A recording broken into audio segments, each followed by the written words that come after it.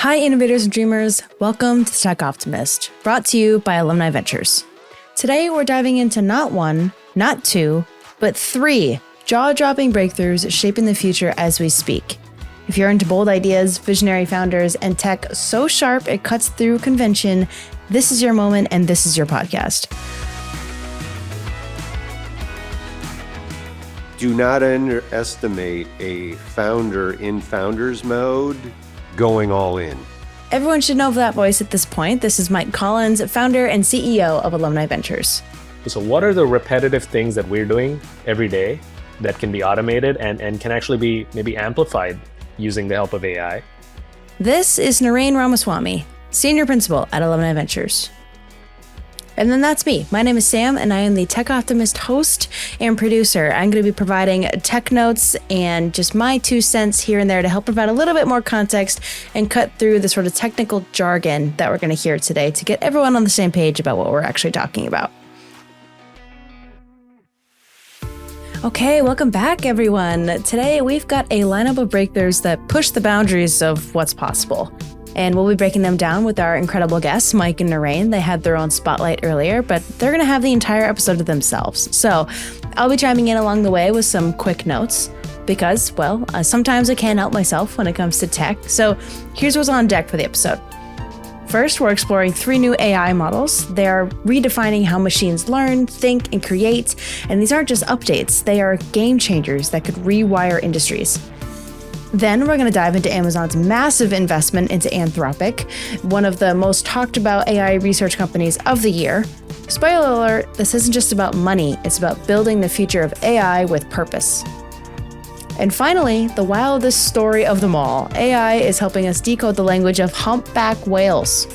That's right, we're talking about machine learning models diving deep into whale song to bridge the gap between species. Mind-blowing, right?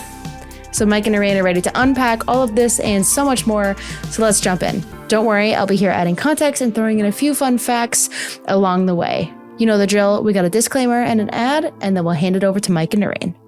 Do you have a venture capital portfolio of cutting-edge startups? Without one, you could be missing out on enormous value creation and a more diversified personal portfolio. Alumni Ventures, ranked a top 20 VC firm by CB Insights, is the leading VC firm for individual investors. Believe in investing in innovation? Visit av.vc/foundation to get started.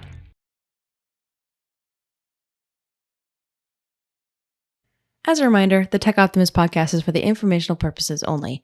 It is not personalized advice, and it is not an offer to buy or sell securities. For additional important details, please see the text description accompanying this episode. Hey, and welcome to this week, Tech Breakthroughs, where we get together with our Alumni Ventures community and talk about things that are going on at the intersection of technology, innovation, and entrepreneurship. I'm here again with Narain, and this is going to be an AI week. Narain just keeps the waves keep pounding against the shore, but it's what's going on at this place in our history. So we need to talk about it. Take it away. It's seems like the gift that keeps on giving right now, which is really exciting as VCs, because we're just watching the future unfold in front of our eyes week by week.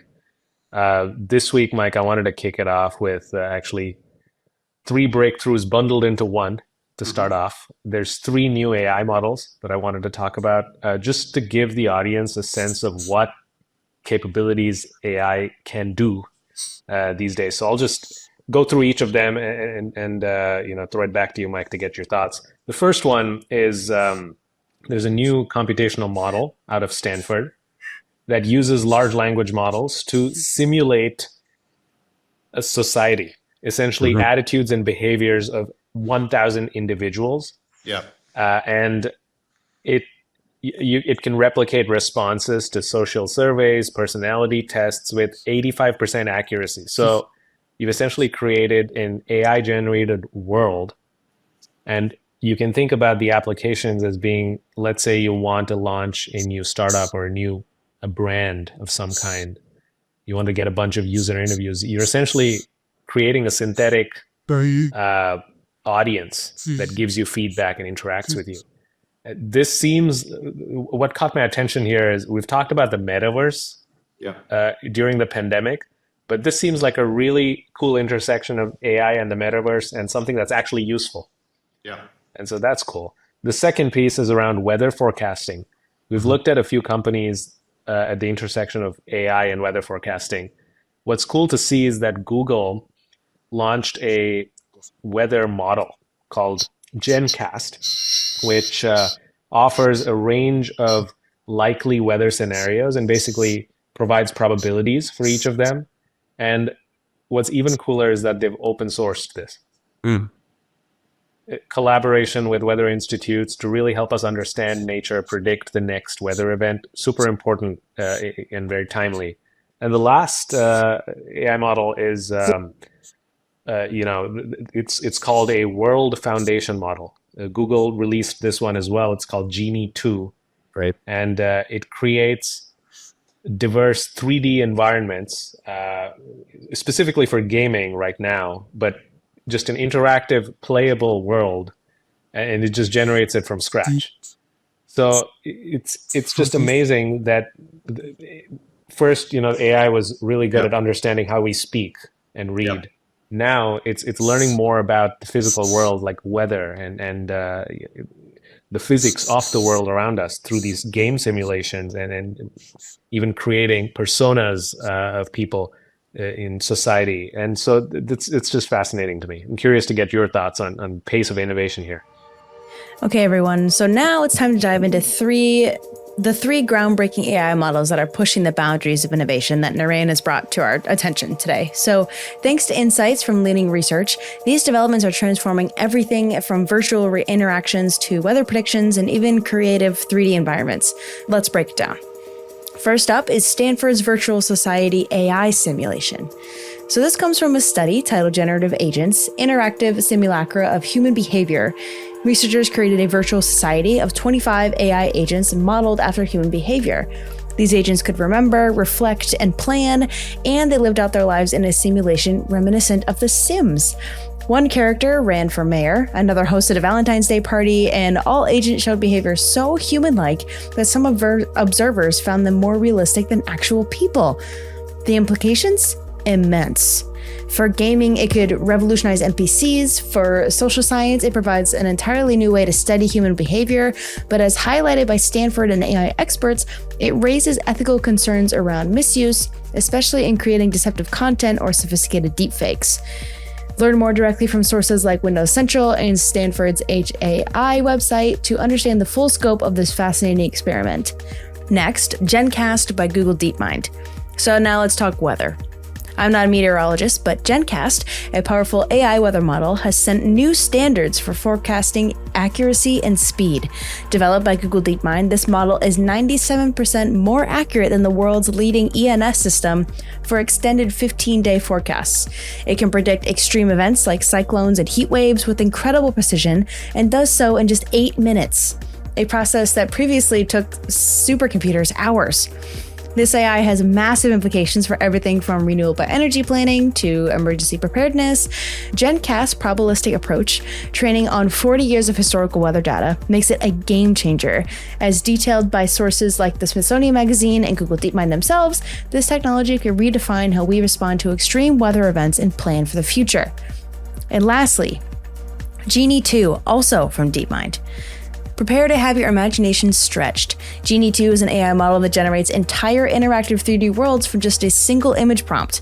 Imagine creating playable environments in seconds, from exploring ancient ruins to interacting with futuristic sci-fi spaces. This isn't just about visuals. Genie 2 incorporates physics, realistic lighting, and even character animations. Users can swim, jump, and interact with these fully fleshed out worlds. While Genie 2 isn't quite ready to produce AAA video games, it's a massive step forward for game development, rapid prototyping, and even creative exploration. For more, check out detailed insights from Tweaktown and DeepMind's own blog. So what's the big picture? These three models are just a glimpse into AI's growing capability, making life more interactive, predictable, and even creative. And as Narayan dives deeper into each, I'll add a few more notes to round off this conversation. But let's hand it back to the two of them. Yeah, well, the pace is just way beyond, I think, the human ability to totally process it. I think that's the bottleneck factor, frankly, for a lot of these things. I could just touch on a couple of points. One is the very real opportunity of simulating the physical world, I do not think can be understated. And let me just bring it home to our particular company. We now, for example, with everything we do in marketing, run it by basically a synthetic focus group consisting of AI generated individuals, and compliance experts and people who are experts on running focus group. So, and basically we have created to simplify it, think of it as a synthetic focus group that we can, is always working, doesn't, is probably better than a physical focus group from their attention span, their willingness to be constructive, the lack of domination by one voice. And, for example, if we're going to generate a piece of content, to get feedback basically instantaneously about, what resonates, what doesn't, what's clear, what's not, how could we change the title to make this more appealing to you? I think this is just the way all business is going to very quickly be conducted. And it is not 5% better. It is 5 to 10x faster or better. I mean, in our company in 10 years has probably run 3 focus groups. And now we have them based on all of our funds, all of the underlying personas that go into the funds, because we have a vast array of people that find venture capital interesting and something they want to learn more about, but they're at very different parts of their journey. They have different priorities. We have a pretty good handle on those things, but our ability to now simulate those in order to do our work better, just total game changer for us. And this is, again, kind of the Stanford research is really doing kind of the same thematically approach, which is, can you create virtual people that have, that become as rich as actual human beings that you can test things with, that you can model against, that you can use in all kinds of different potential use cases. Imagine dating apps, imagine, things in healthcare, things in education, but it is front and center going to upend marketing for one. Again, this idea of the new weather app, again, we have seen enormous improvements in these world physics, understanding the natural world. Weather forecasts 20 years ago were lousy. They were, maybe pretty good a day in advance.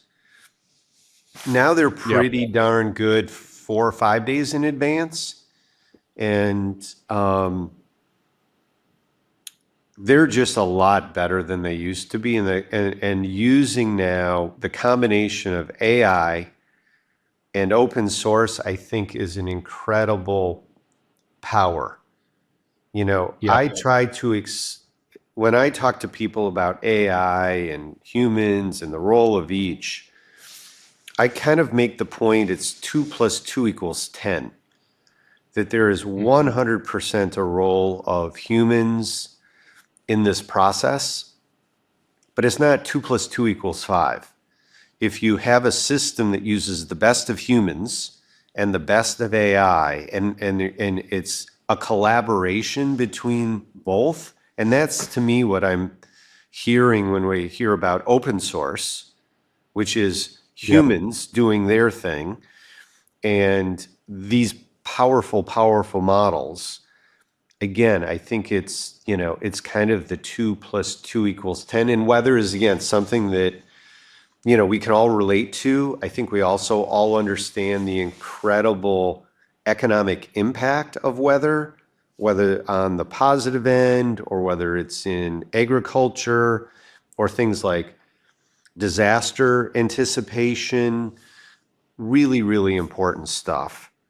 And then the foundational models, the ability to take I believe, a photograph or a word description and create a world that Just extrapolate.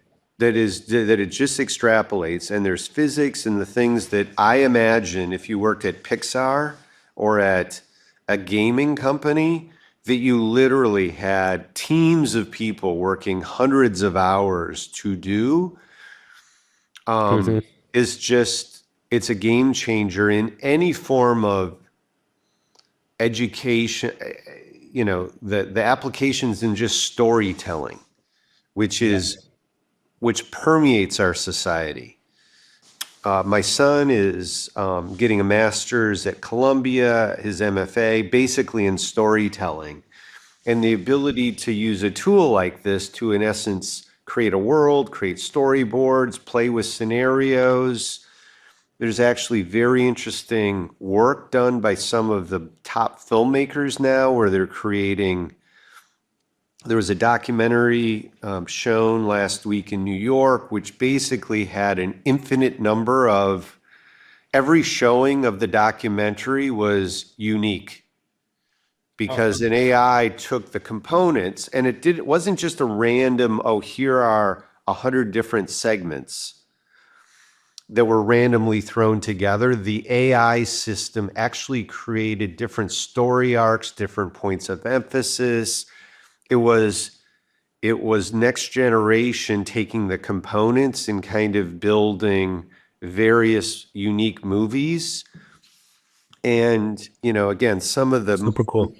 some of the edgier, more forward-thinking directors now are thinking of a movie is not, you had the movie, you had the director's cut maybe, but now the story is more dynamic. I can play with more scenarios. I can see 5 different endings being done that all make sense.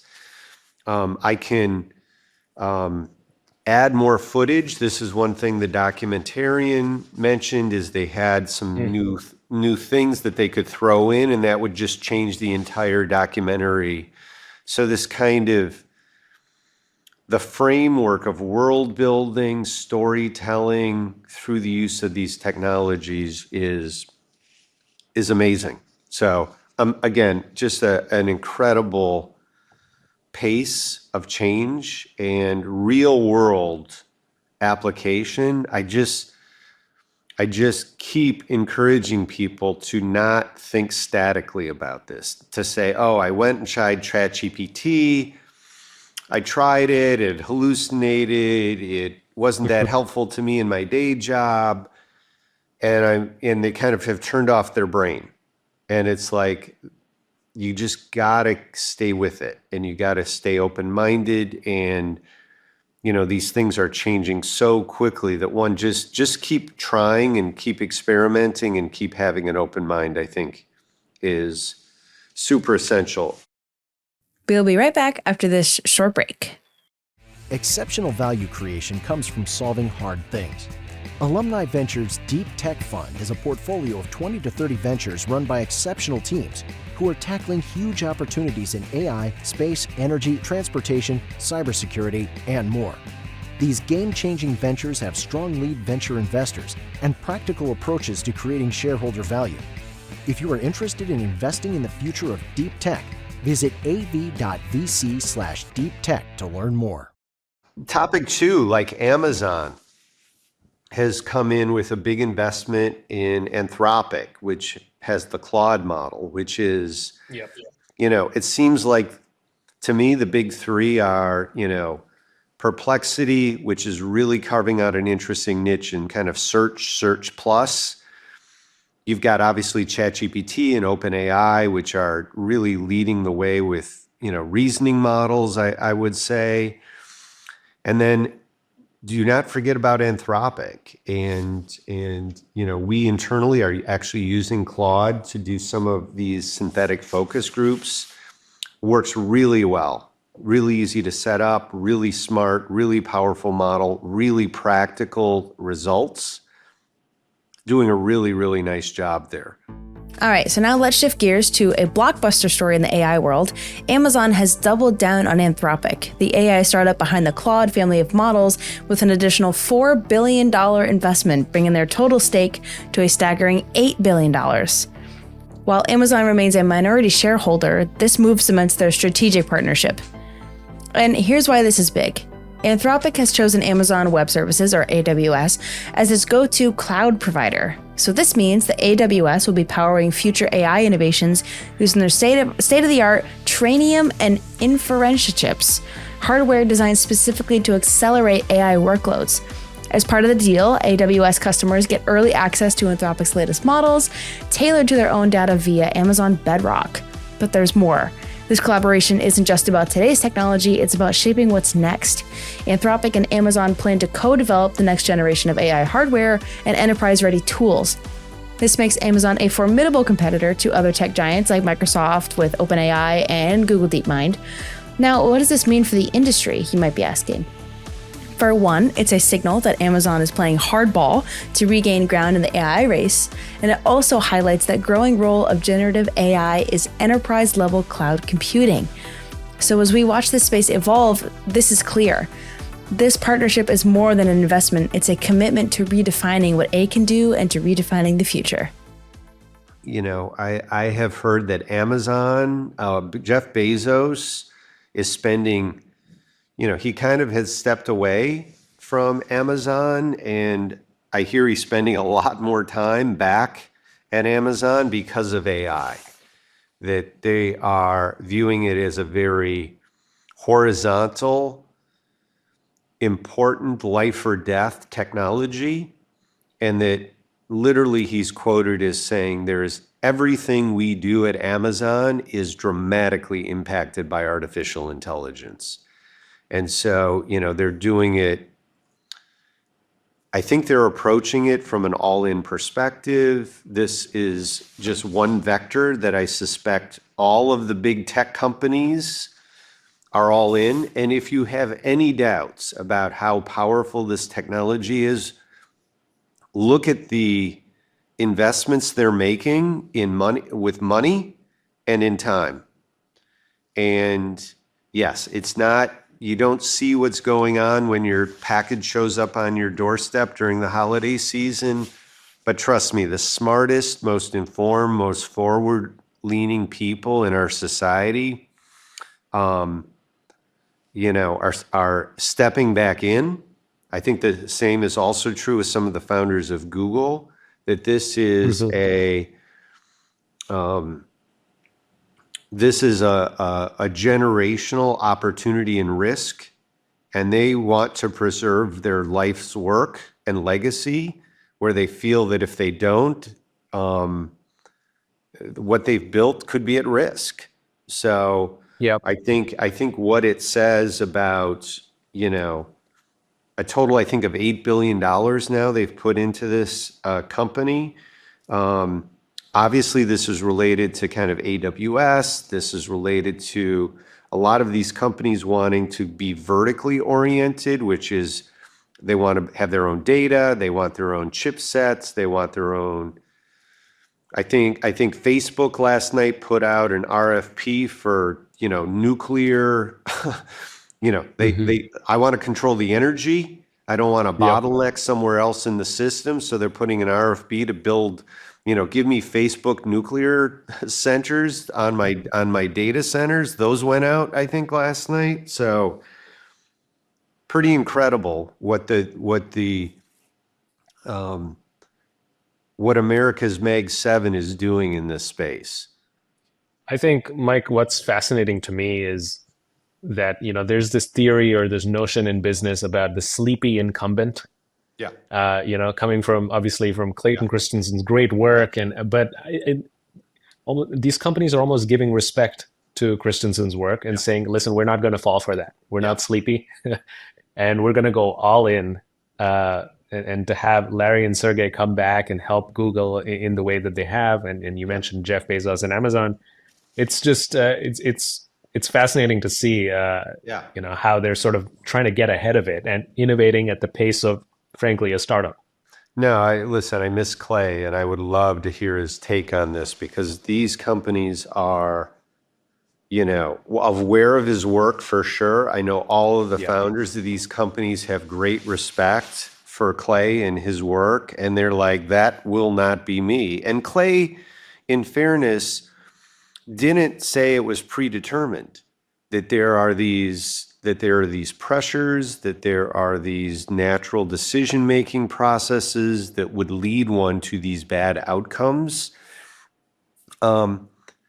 But it is not fait accompli. It is an opportunity, and again, you hear the term founder mode, which is basically just the power of the personality of the founder, like a Jeff Bezos, to come in and in a very strong way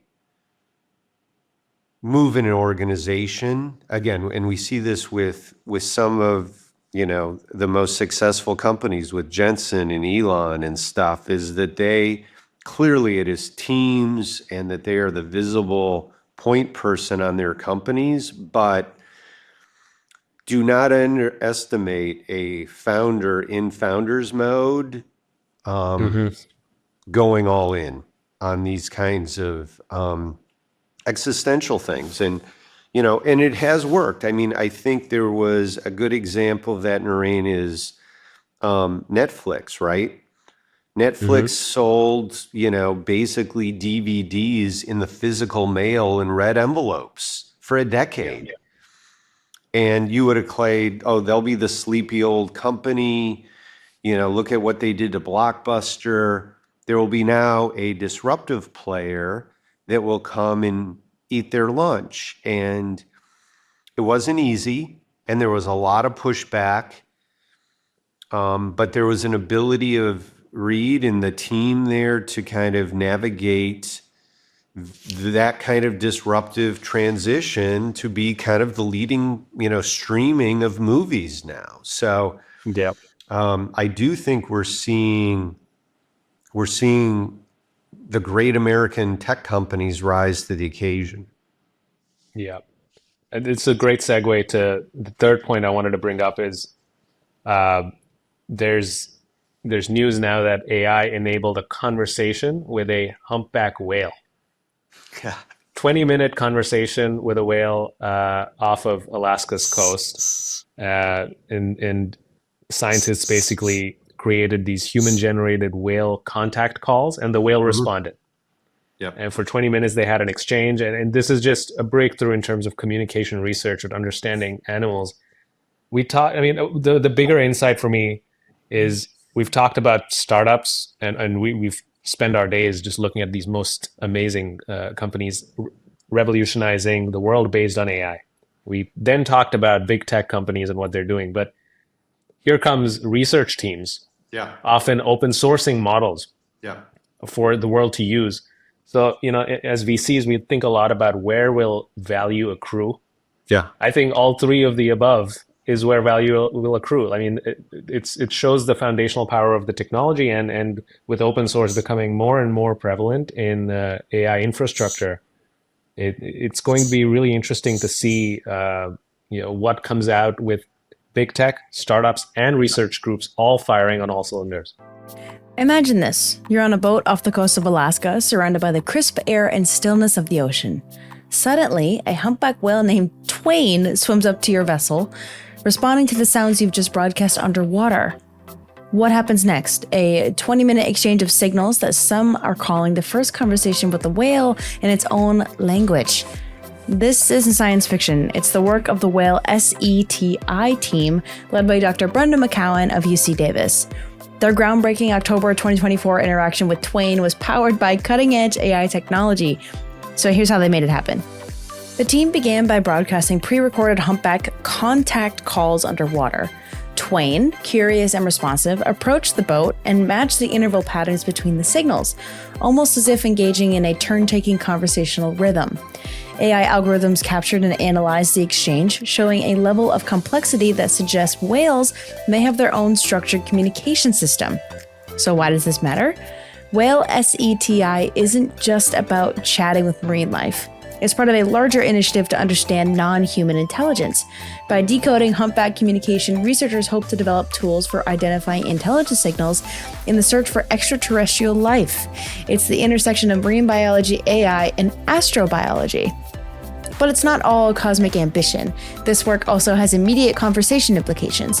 Understanding whale communication could improve our ability to protect these creatures and their ecosystems, and perhaps it challenges us to reconsider how we interact with intelligent life on Earth. So stay tuned as we dive deeper into this extraordinary story and consider what it might mean for our connection to other species on this planet and beyond. It bothers me immensely when people poo-poo basic research.